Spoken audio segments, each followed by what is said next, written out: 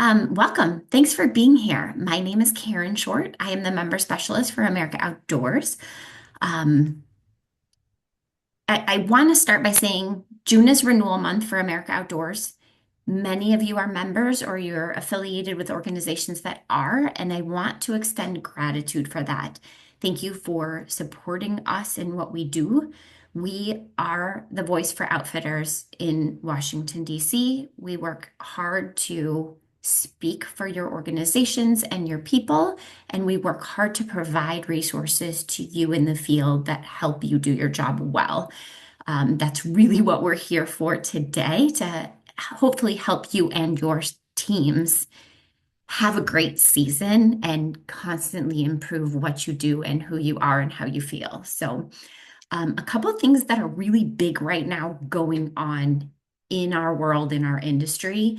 We have public lands possibly up for sale. We have the Bureau of Economic um, the Bureau the data, the Bureau of Economics are, there's a possibility that they are eliminating the data that represents the outdoor industry, which is super valuable for us to learn and grow. We are also working on the Explore Act implementation. So there's a lot of things going on in DC that we are working hard for. If you have specific questions or specific interests, please reach out to us separately. We want to make sure that you have a voice as we do this important work. Couple announcements for upcoming. I will be having another webinar in July with Zebulon that will be posted shortly, so stay tuned for that. In August, we are doing our fundraising trip in the Grand Canyon with Hatch River Expeditions. It's going to be an amazing trip. Right now, I think we have 17 people on the trip, so we have a couple spots available. If you are interested, you can go to our events page of our website and get more information or register. It's an awesome opportunity to get yourself out of your business for a week and get with people who do the same thing nationwide and have a great time and learn and grow and connect. We also have our conference in Salt Lake City this December. It'll be December 9th through the 12th. So get that on your calendar, mark it off.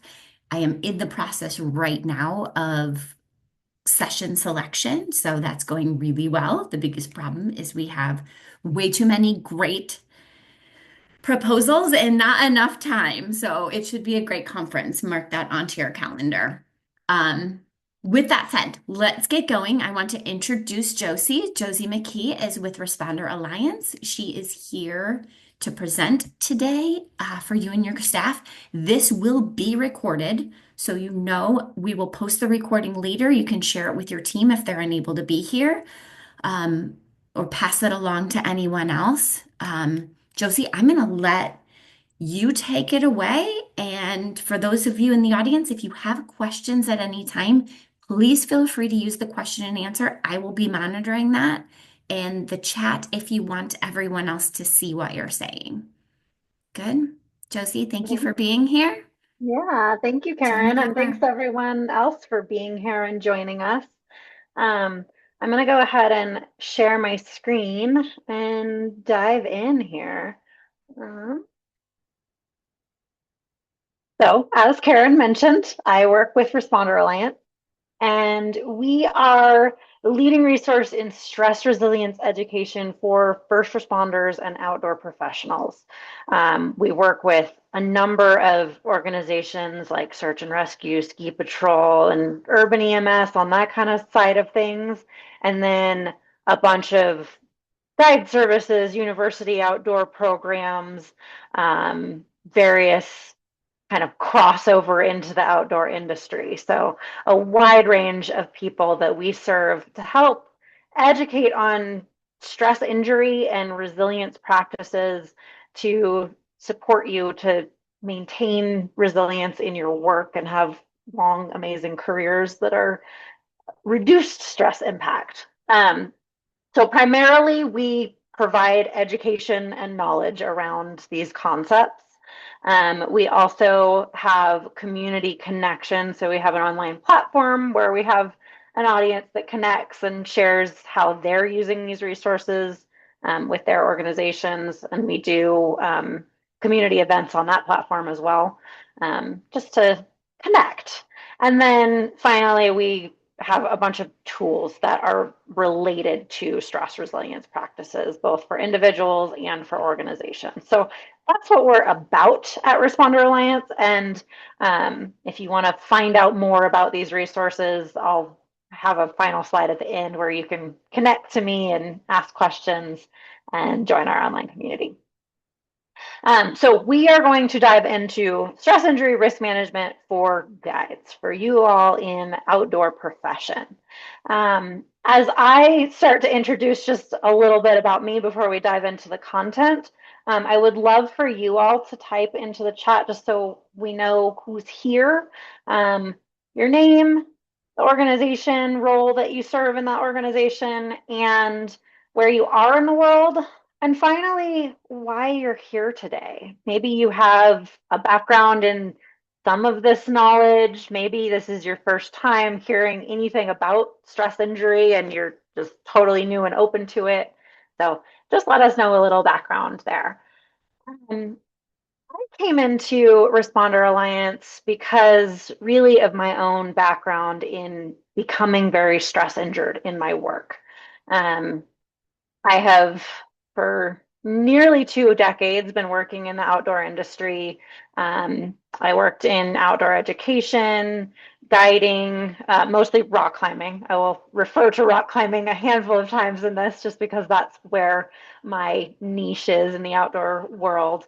But both like single day guiding, big groups with kids, as well as expedition courses. I worked for NOLS for a number of years. I teach wilderness medicine for NOLS, as well as working for Responder Alliance. And I also have my own coaching company where I work with mostly mental skills for rock climbers. So I kind of, this stress resilient stuff is woven into many elements of my life. But about 10 years ago or so, and I'll dive into some specific stories, I was working on search and rescue in Yosemite National Park, and I became very impacted by that rescue work and kind of burnt out of that career. And later, after I had left the team, I heard about Responder Alliance and the work that Laura was doing, and basically sat around and waited for her to create a job for me. It was kind of where I found my way here. Um, this material that I'm going to share with you today has been very relevant in many aspects of my life. I'm just going to look at the chat here real quick just to see where folks are coming in from and just a little bit about you all. As Karen mentioned, like, feel free to add anything into the chat at any point. We're recording this. So at certain points, we'll ask if people want to share and discuss things, but just remember that we're recording it. And then at the very end, if you have questions that you don't want to be recorded, we'll stop the recording so that you can just ask those individually, or you can email me later with questions. Well, thanks everyone for being here. This looks like a really great group of folks. So diving in, oh, there we go. A few objectives of what we're going to get into today. So awareness of the risk of stress injury. We can't mitigate it without knowing what's there and what causes it. So that's what we're going to dive into first. Introduce some specific tools for recognizing and mitigating stress injury. And then finally, talk about some organizational structure that you all can use to apply these to not just yourselves, but organization wide at your work. So when does stress become stress injury, and what is stress injury? I always like to begin this conversation with defining what stress is. So stress is a physiological response that is designed to help us meet challenge. It really does increase our ability to do hard things. And most of us in the outdoor community are into recreation kind of stuff. And a little bit of stress makes us more engaged in what we're doing, right? So one of the hallmarks of the stress response is it's increasing our heart rate so that we can pump a lot of oxygenated blood around into our big muscle groups in our body so that we can meet the challenge.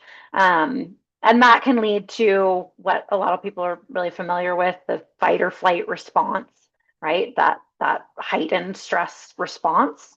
So thinking about, I like to frame it in that way because I like to point out that stress is actually a good thing. Um, this image here will show how stress and performance are correlated. So up to a certain point, as stress increases, performance will increase. And at the beginning of that curve, things are boring. As it starts getting challenging, we're more engaged, we're more able, more capable, hitting a certain point that is peak performance. All of this on that side of the bell curve, we can label as I can handle this. I have a sense of efficacy to do something in the face of stress. And then there's a certain point, a certain peak that we all hit where the stress load becomes more than we can handle. And we start getting into this realm of overwhelm, trauma, post traumatic stress disorder. And all of that on that side of the curve, we can think of as I can't handle this. So when we reach a point of I can't handle this, this is when stress injuries can start to form. The stress injuries are a prolonged stress response where we have this elevated. So, I said that one of the big indicators is that elevated heart rate so that we can move and confront challenges at hand. Um, we have this backup stress response generator, essentially, that is also an adaptive response to dealing with long-term stresses. And this is, adapted physiologically in times of like maybe there was famine or war, things that we're not, most of us in our day-to-day lives aren't actually experiencing these long-term life-threatening stressors, but our nervous system kicks in that backup generator when we notice that we're overwhelmed and we're trying to combat something long term. It's our survival switch stays on. And that long term stress, which again, our nervous system doesn't recognize that we're not actually under life threats, but just the pressures that we deal with in day to day life, the exposure to world news can add to that. As well as the things that we're responding to of managing people in the outdoors is like the environment can pose lots of risks. And from what I noticed guiding, um, is that people that are not really familiar with the outdoors aren't familiar with the risks that they're managing. And so you just have to be on top of it all the time. And so that can lead to a heightened stress response. And then maybe an incident occurs, and that can add to it. And our nervous system just stays in this on switch, this position of, I'm not safe right now.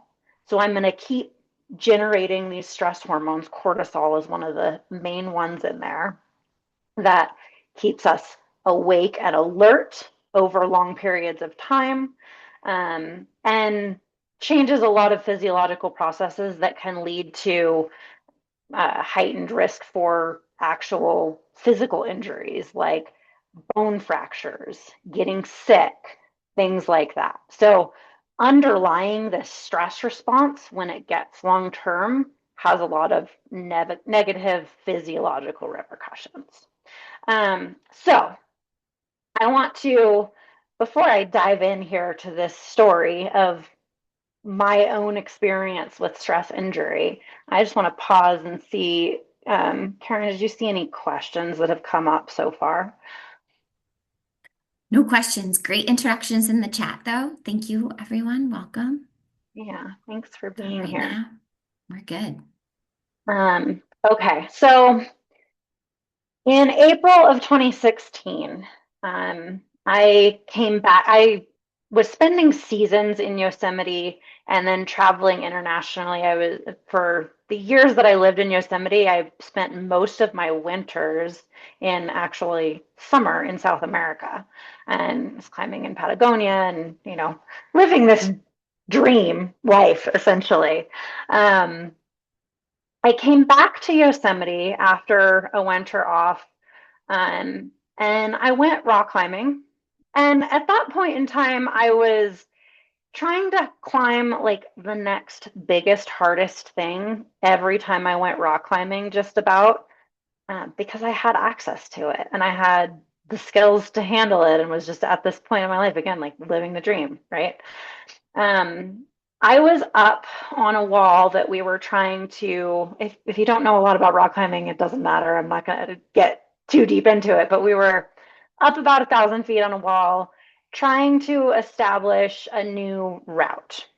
And I get to this blank part of the wall where the climbing terrain was pretty easy, and I just was overwhelmed by the decision making in that moment. And I was about 15 feet away from my belayer, like traversed across this slab, and I just froze. I could not make up my mind. I couldn't make up my mind if I needed to go left further to get into this crack system, or if I wanted to go up, or if I needed to put a bolt in for protection, um, or if I should just come back to the belay because I didn't want to do any of those things. And I was here on this blank slab. This is actually not the exact spot, but something similar to this, unable to make a decision.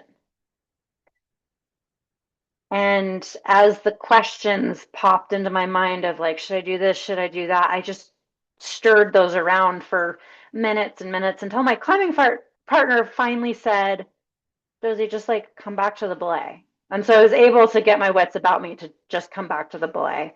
And then we rappelled from there. And we got to the ground. It was like there was no way we were going to climb anymore that day because I couldn't do anything anymore. And I realized in that moment that my climbing performance was affected by something. I didn't know what was going on, but I decided to start working with this sports psychologist that I had heard a podcast of her speaking. And she helped me kind of recognize that I was overwhelming myself with these stressors of climbing big mountains in Patagonia and then climbing these walls in Yosemite all the time.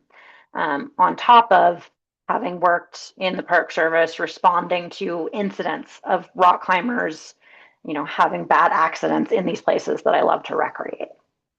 Um, and so, in this like kind of haze of realizing that something was wrong with my climbing, I decided I needed to do something about it. And I realized that, oh, every time I was about to go climbing, I was having a hard time sleeping the night before. I would wake up with this like nauseous pit in my stomach, and I didn't like doing it.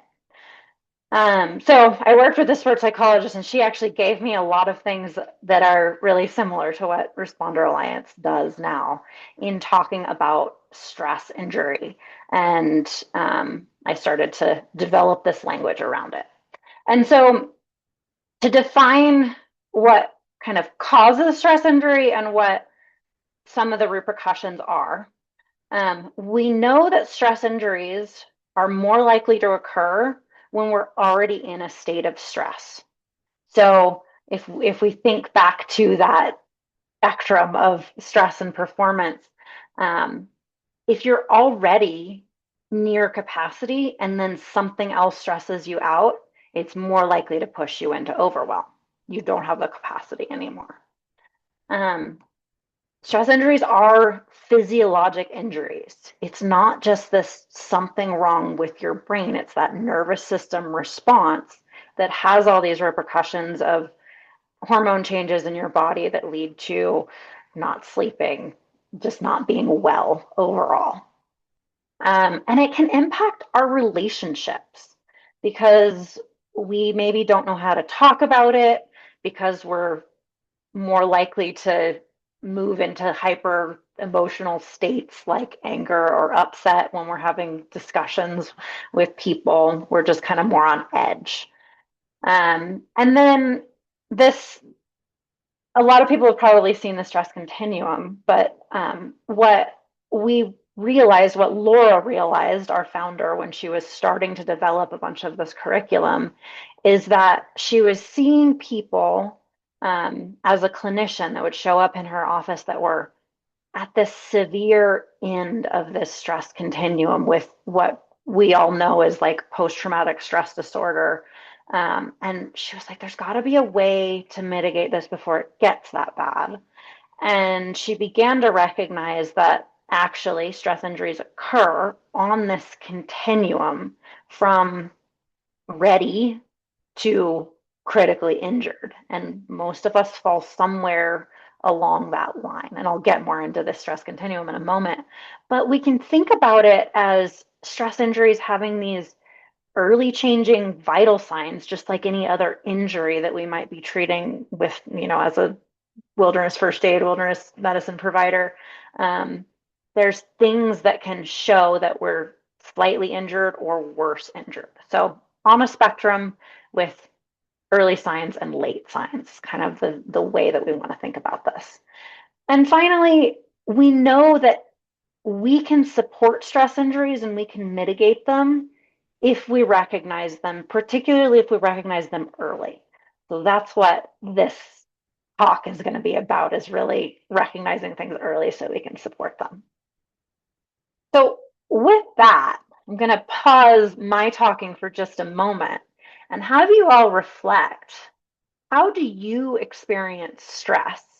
And you can share this in the chat if you feel comfortable sharing with this group that's in here, or you can just think about it on your own for a few moments, just to ponder. But I would love to see some of your responses to this question if you feel like sharing.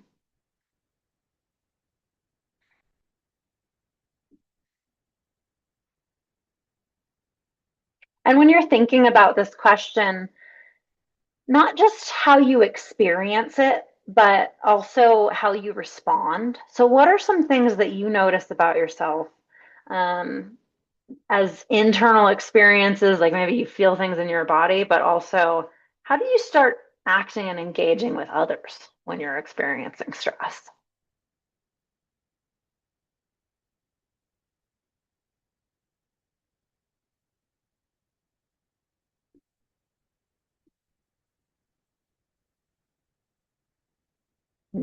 Yeah, those are some great examples. Physical symptoms, lower self efficacy with more stress, limited sleep, retreating into myself and isolating. Yeah.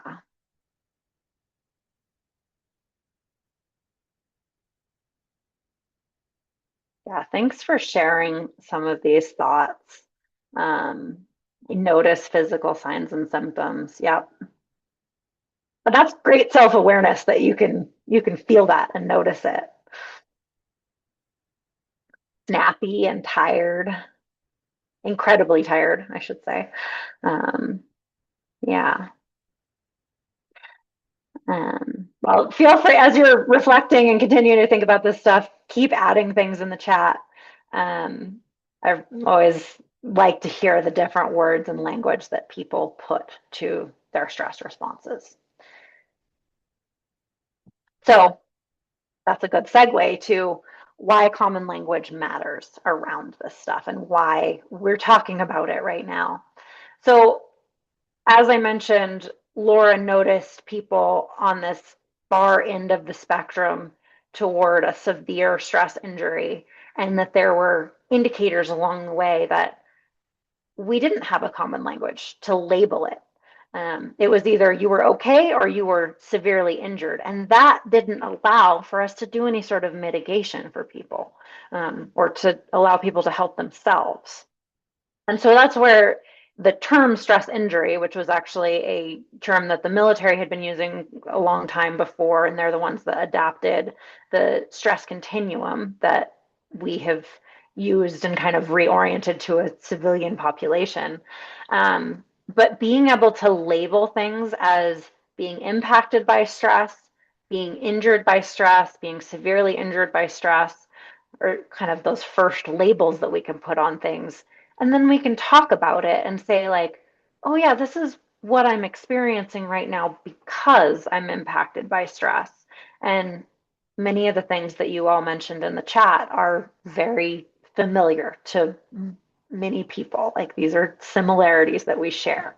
And once we realize that we can talk about them, we share similarities, then we can start to say, like, in our day-to-day work, we can say, hey, this happened the other day, and I've got maybe something going on in, like, personal life. Maybe it's relationship things, maybe it's life stressors, whatever it is that's not related to work that could be impacting you. Or maybe this incident happened at work that you're impacted about, and you can share with your colleagues and say, I'm feeling impacted.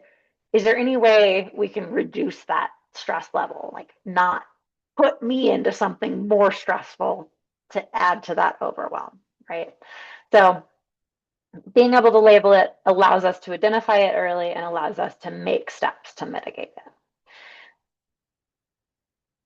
So the stress continuum, as I mentioned, this was adapted from the combat and operational stress first aid that Laura took and started putting these labels that were more related to civilian and toward first responders, outdoors folks. And what we can see here is this spectrum of symptoms, signs and symptoms across a continuum from being ready to respond, ready to engage, like can take on any other stressors because we're feeling like we have capacity in the green, to reacting to stress, all the way moving along to more severely injured, um, critical, as we can call it, in red. And so as you're looking at this, you may notice things in here that resonate for you. I do want to say that this is an amazing tool as a self-awareness piece. A lot of the organizations that we work with have kind of a standard practice of checking in on the stress continuum, either when they arrive to work in the morning or at some point throughout the day or the week on a regular basis, just to look at these symptoms and say, what am I experiencing right now? How am I? How much capacity do I have for more? So self-awareness piece. Um, Originally, the military was using this as assigning a color to people to determine combat readiness. And we found that that's not what we want to utilize this for. It really is just about labeling ourselves and noticing what we're experiencing. And then the other part to this that I want to mention is that everyone experiences stress a little bit differently. And you might notice that something that's in one of these color categories on the stress continuum maybe applies to a different color category for you. Or maybe you don't experience these particular symptoms, but you have some other ones that you experience.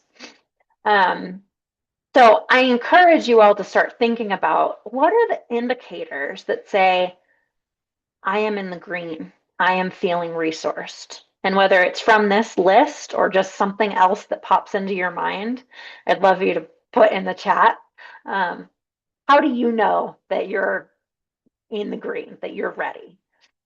And then also thinking about these other categories. What are some indicators, some like red flags that you're starting to get stress impacted or that you're very stress impacted? And I noticed that one person had put in the chat from our previous question that they noticed that their response to stress is using escape mechanisms like going skiing or more climbing. And that is something that I'm really glad that you mentioned, because it's really common for us particularly it seems like for those of us that are in the outdoor recreation field, to start doing more of this thing that we do because it makes us feel like we're in the green, right? It gives us this sense of efficacy and physical health, and it's fun and joyful. Um, and as you're thinking about those things that you do as recreation activities, have you noticed yourself pushing too much, going too far? Maybe it's more danger, maybe it's just going, going, going and not resting ever.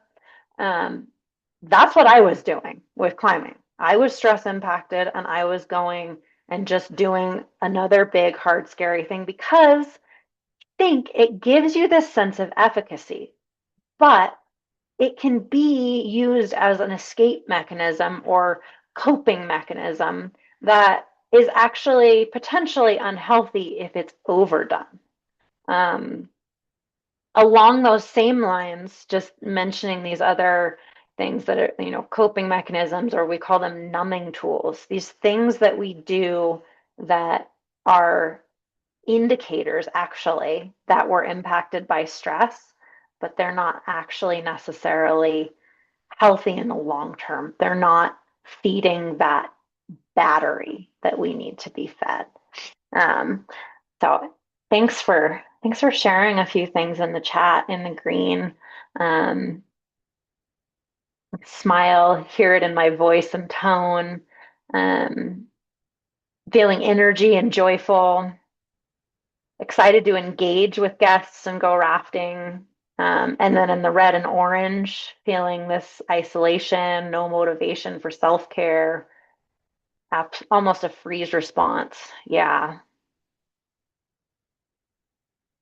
Yeah. So thinking about what you notice about yourself when you're in the green, you're more likely to make good choices that keep you in the green the closer you are to the green. And then as you move along this spectrum into being more impacted by stress, it gets harder and harder to choose the healthy behaviors, these green choices.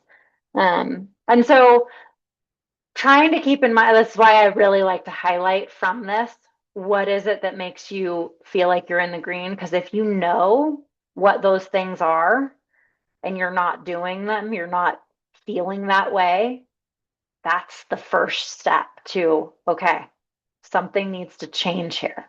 What do we do with those things? Well, reducing our stress level on one hand, can we ask for people to support us? Can we take things off of our plate? Just communicating that, especially to our coworkers. Um, and then to make green choices, things that charge our battery, things that maybe it's physical activity, but maybe it's not the extreme physical activity. Maybe it's just committing to getting good sleep, good food and hydration, human connection with your friends, your family is one of the most healthy green choice things that helps our nervous system to feel safe because we all need human connection.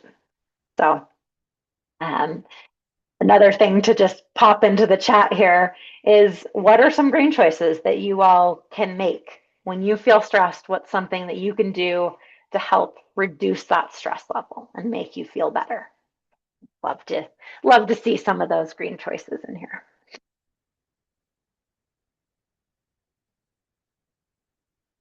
Oops, nice. Dinner party with friends. I should I should not skim over that actually. Dinner party with a few close friends because honestly that specificity is important because if it's like a raging dinner party with a ton of people that can add to the stress. But the close friends is good.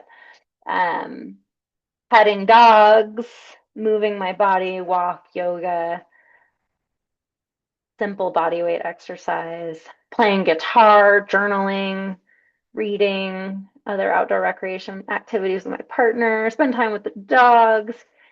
Dogs really are such a great emotional support being. um, Playing the uke, seeing coworkers outside of work. Green choices, say no. Request time off even in peak season, even if it's a half day. Forest with my dog, seeing my nephew. Love that. And yeah, I love hearing that concept of like, make sure that you're well, even in the middle of peak season, because it might be the peak and you still have to maintain for more, weeks, months. And if a little bit of time off allows you to make it sustainable through the rest of the season, that's so important.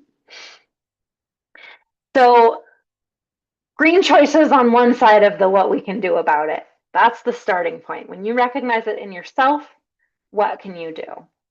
Now, what I want to shift gears here toward is what we can do when we recognize in others or when others are asking for support, how we can support them.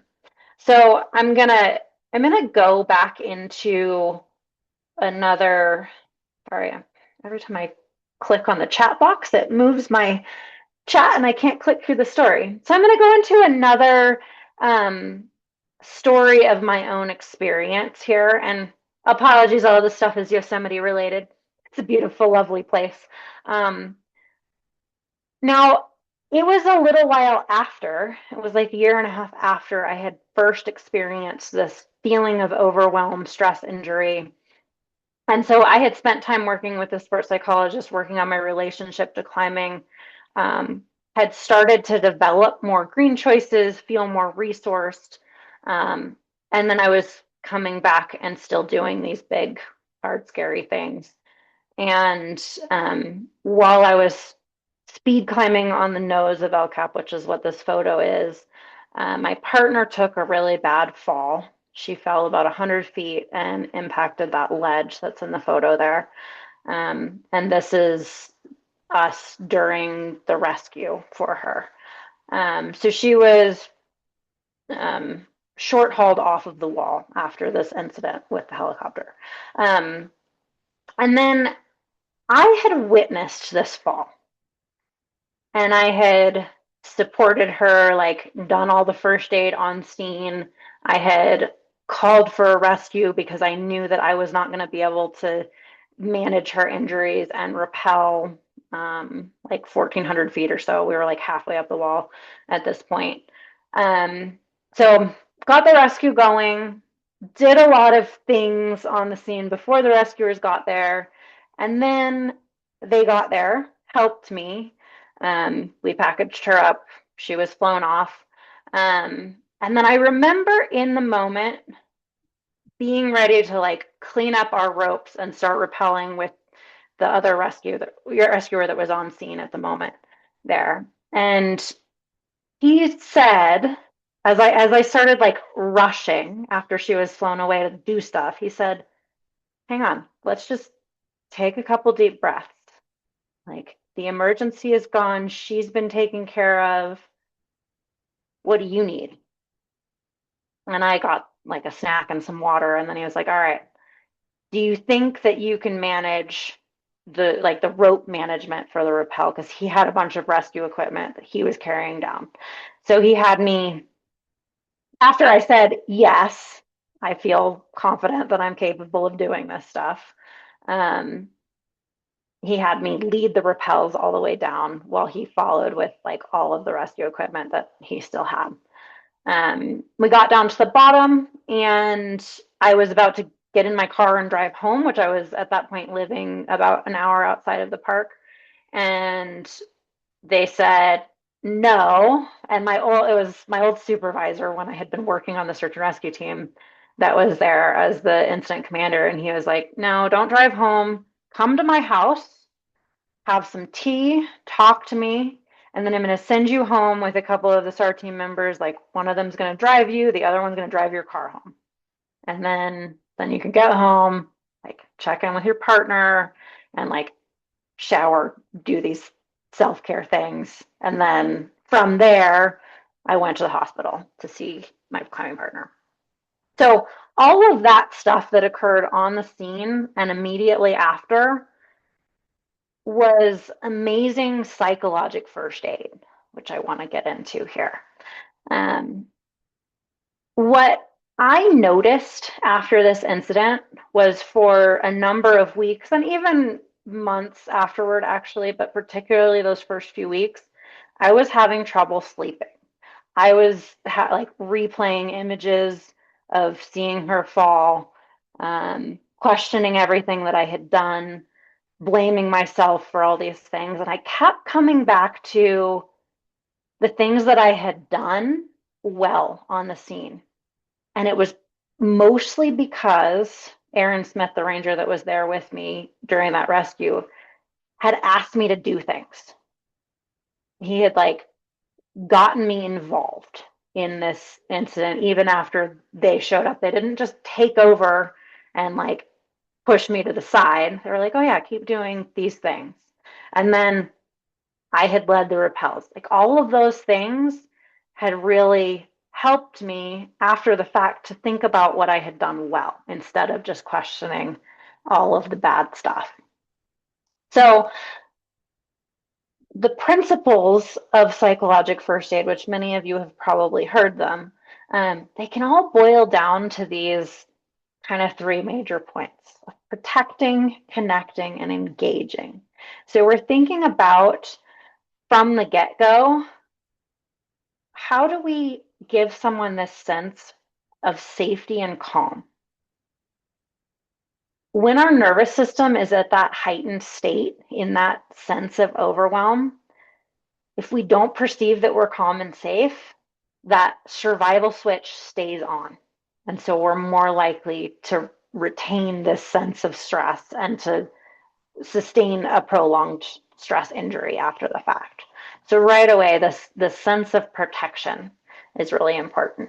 And then connect, because as I said before, this human interaction, connection with others is so important in making our nervous system continue to feel safe.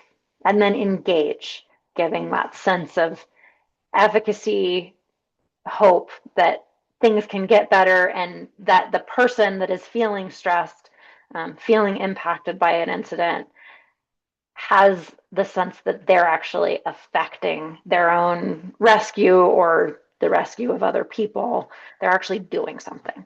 So, my principles of psychology first aid that you may have heard, these are like in most wilderness medicine courses these days, are safety, calm, connection, efficacy, and hope. And what we've done with those is actually applied this ABCDE of practical support to those so that we can remember them better. So A is actually assessing the safety around. And if we go back to that scene where I was being given psychological first aid, Aaron paused and had me take a deep breath, calm down in the moment, and said, okay, client partner's been taken care of. Like, what do we need to do here to make you safe and calm? So as a psychological care provider, thinking about that, like what are the things that we need to do to make this scene safe in this moment? And providing a sense of calm. We like to say lending patients our own nervous system. So if we can breathe, take these good, deep, calming breaths, that's one of the most effective ways for us to calm our own nervous system down and inspire this calm in other people. Our mirror neurons, where we respond to what someone else is conveying emotionally, is a really powerful psychological tool that we can use. And then connect. So C is connection. We're thinking about how we're connecting with them on scene, but also connecting them to other people. And as within my story, they had me, go to my former supervisor's house, have this like tea and talk, and then didn't let me be alone in the car. Like I went back with one of my friends who was a former colleague of mine on the team, all the way until I was passed off to connecting with my partner at home. And so I wasn't ever left alone. And that's a really powerful tool in here because, as many of you have expressed in responses to stress, we might have a tendency to withdraw, and that can make it worse. So think about ways that you can connect. And then D is directing toward something that can make it better. Like, what are the actions that can be taken to move toward hope, toward a better outcome? And that also ties into that engaging the sense of efficacy, or empowering the sense of efficacy, where someone actually taking actions, specific actions, toward their own situation, making their own situation better, really helps calm the nervous system and make us feel like we're capable. So these are this is like such a brief overview of the principles of psychologic first aid. But what I've noticed is we can dive in depth with this stuff, and you can get really skilled at all of these things, which is like we have a whole course on psychologic first response. Um, but just knowing these little tools that you can use to help support someone, um, is going to help them a little bit. More training, you'll be able to help them a little bit more. But it also gives you, as a care provider, a sense of efficacy. And when you feel like you can make positive change for someone else that's been impacted in an incident, you're less likely to sustain an injury as well. So this tool has twofold benefit, both for your patients, other people that are on scene that might have been involved in an incident, and for yourself. And also for others that you work with after the fact, which is the next piece to this puzzle that I want to get into. Um, so when incidents happen in organizations, um, a lot of organizations have followed this historic incident support model, that we call a reactive model, where an incident occurs and then maybe we'll call in an expert to help with a debrief, right? So we review an incident, talk about what happened, um, and usually as part of this, there's some sharing of, how people felt during an incident, how they might feel, kind of normalizing some of the symptoms that they might experience, which are all great things. And then that's kind of it. Time goes by and more time goes by. And then there's this recognition that someone's not doing well after the incident. And that's where it kind of tying back into Laura's work and seeing people clinically where they were at the end of that stress continuum, critically injured when they would come to see her. And so there's some steps that we can take in the intermediate to help notice something when someone is freshly impacted and help turn their survival switch off so that it doesn't move down the road, or to recognize if they're not responding to these early interventions, that they need to see clinical support, definitive care for a stress injury earlier on rather than months or years that have gone by. So this is kind of the historic model. And I want to go back to when I noticed that I had a stress injury, April of 2016. This is after serving for 3 years on the SAR team without really any care that had happened. We'd have those historic model debriefs after things, but that was it. And I want to go back to a year before that. There was an incident, that I responded to. I was the first one that responded to this incident to our SAR cache. And so I was put in charge as the team leader. And we were supposed to go search for these people up this gully, like this kind of side part of the image here. And it was kind of the weather that it is in this picture. It was getting dark out. And we got up into these gullies, and then the radio communication kind of fell off, and I couldn't communicate with the incident command. And we were in these different teams searching, and I got a radio message from one of the teams that was up higher in the gully saying that they had gotten to a really steep technical part of the terrain. It had been raining. There was like wet rock, loose rock. And we were supposed to keep going higher, but they were like, this seems dangerous for us. Josie, what do you think? Should we keep searching and like go into this terrain without proper protection? Or should we come back down? And the nature of the call, we all kind of knew that these people had probably fallen, and if they were alive, they were probably critical. And if we left them out overnight, they would probably die. And so the weight of that was on my shoulders. And in the meantime, I was reflecting back to how I had been the first one to respond to the Sarkash, and the romantic partners of the people that we were searching for were there, and they had been talking to me and like begging us to go do something. So I had like the weight of this family conversation in my mind, along with this stress of like, do I call off the search or not? I wound up calling off the search. We went down, and then I think there was probably so the next day the victims were found, and they actually had died. Um, and I found out that they had died when they had fallen, that it wasn't something that we had like missed saving them. Um, but it still sat on me. Like, did I make the right decisions? And this was the beginning of my season. And then I kept on responding to more and more things that were all like kind of bad throughout that whole season.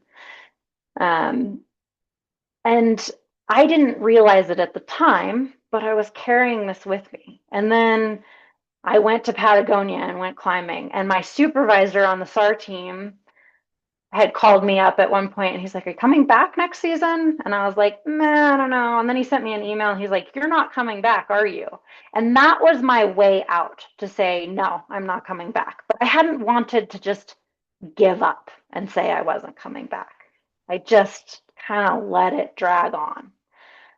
And then I came back to Yosemite in the first story that I shared that following spring, where I was in a very similar, like the weather conditions were the same, the smells were the same. And I think that that was the trigger for me to feel all of a sudden overwhelmed while I was climbing. And the impact of this incident and then all the other ones were what led me to that point of burning out.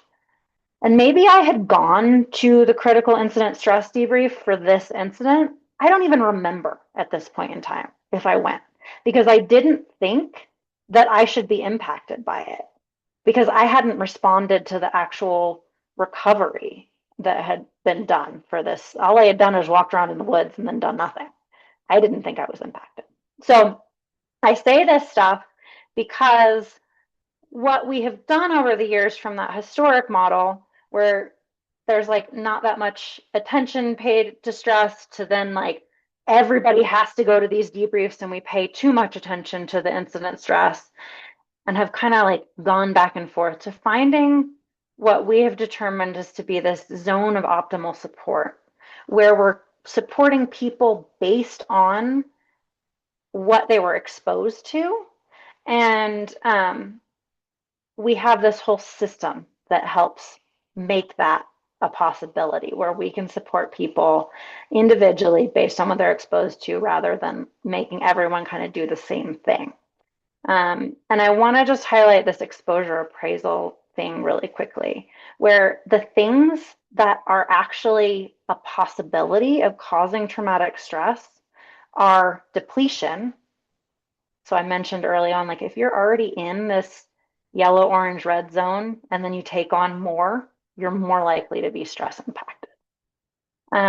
What we call mission stress is another potentially traumatic thing where um, what we're trying to do isn't possible based on what we have, or maybe there's some tactical errors that were made, something that is stressing us in the moment, and we don't have a sense of efficacy about it, basically. And I highlight that from the story that I shared of, oh, we had these radio comms that weren't good, and then we had to call off the search because of the weather conditions and the terrain. Those were mission stressors. And then traumatic stress, like the actual incident, the actual, you know, impact, those things combined are what lead to stress injury. It's not just the impact, it's these other portions. So this is the stress injury equation, we like to call it. And so this, I'm not going to dive into this incident support tool, but this is how we measure exposure to what people have managed as part of an incident. And then we follow that with continued monitoring and mitigation, checking in periodically with people at intervals afterward rather than letting this whole time go by. Um, and finally, this access to clinical care. So we have somewhere to direct people kind of already pre-existing in this framework. So the incident support framework involves all of this incident planning, involves that incident support tool, proper training around it, and then we do these 333 check-ins, and they're done by this pre-established support, or we can recommend out to pre-established support. So again, I didn't get too into depth in here, but this is just kind of an introduction to this model of what we can do organizationally to support after major incidents, along with the principles of psychologic first aid. So this final little piece that we have a couple of minutes. I just want you all to ponder, what steps will you take to mitigate stress injury in your work? Especially like, what is the next step that you want to take to apply what we discussed in here? And if you want to type in the chat, or if you feel like you can share to the group, I'd love to actually hear folks' input.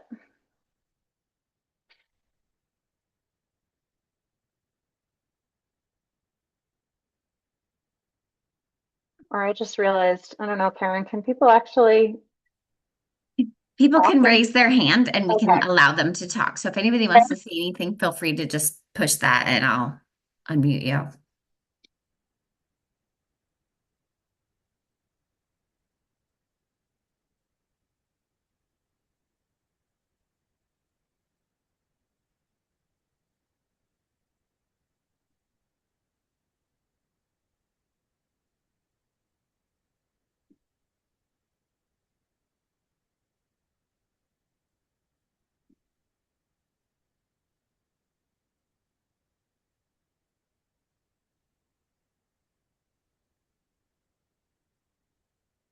Creating a shared language with new staff and message to old timers that it isn't going away as we continue to learn how to manage these type of injuries.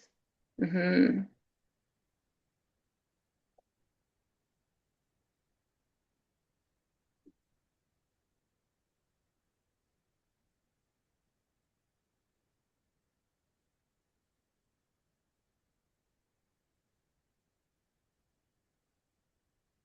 An example of where a team was able to decrease stress injury impacts during their peak season. Um, So what I've noticed with it, so now I work with search and rescue in Lander, Wyoming, where I live. And what we do with this is we do check-ins on the stress continuum on a regular basis. Every time we have a meeting, training, go on a mission.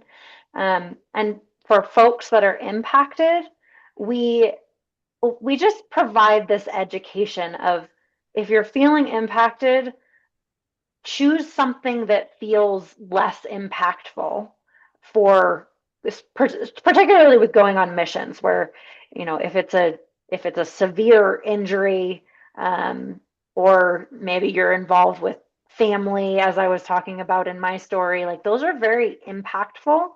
And so can you do something different in the SAR response? Like, hey, can you go get pizza for the team for when they get back from the trail? Like those kind of other tasks. So it's not saying, hey, don't work, don't respond, but maybe consider like these other options of how you can still work and support the mission of the team without doing the more traumatic thing. And then I would say, like, from a, guiding perspective, is there a way, you know, I think somebody mentioned with like half day off with guiding, like I used to work for a guide service that would have full day trips and then half day trips. Like, could you staff that person on a half day trip instead of a full day trip? Um, with climbing guides, like can they single pitch climb with clients instead of going on like another trip up into the mountains where there's thunderstorms and lots of other objective hazards? Like, are there some decisions in there that you can make? And obviously, that's very situationally dependent based on what your work can actually allow for. But I think that that's a good thing to start thinking about and building into your own risk management plan. How can you support people when they're impacted in peak season? Um, does that help answer that question? Hopefully. I'm happy to chat more about it too if you want. Um, I'm going to move on to these other questions in just a moment, but I want to move to just, I know we're at time here at the moment.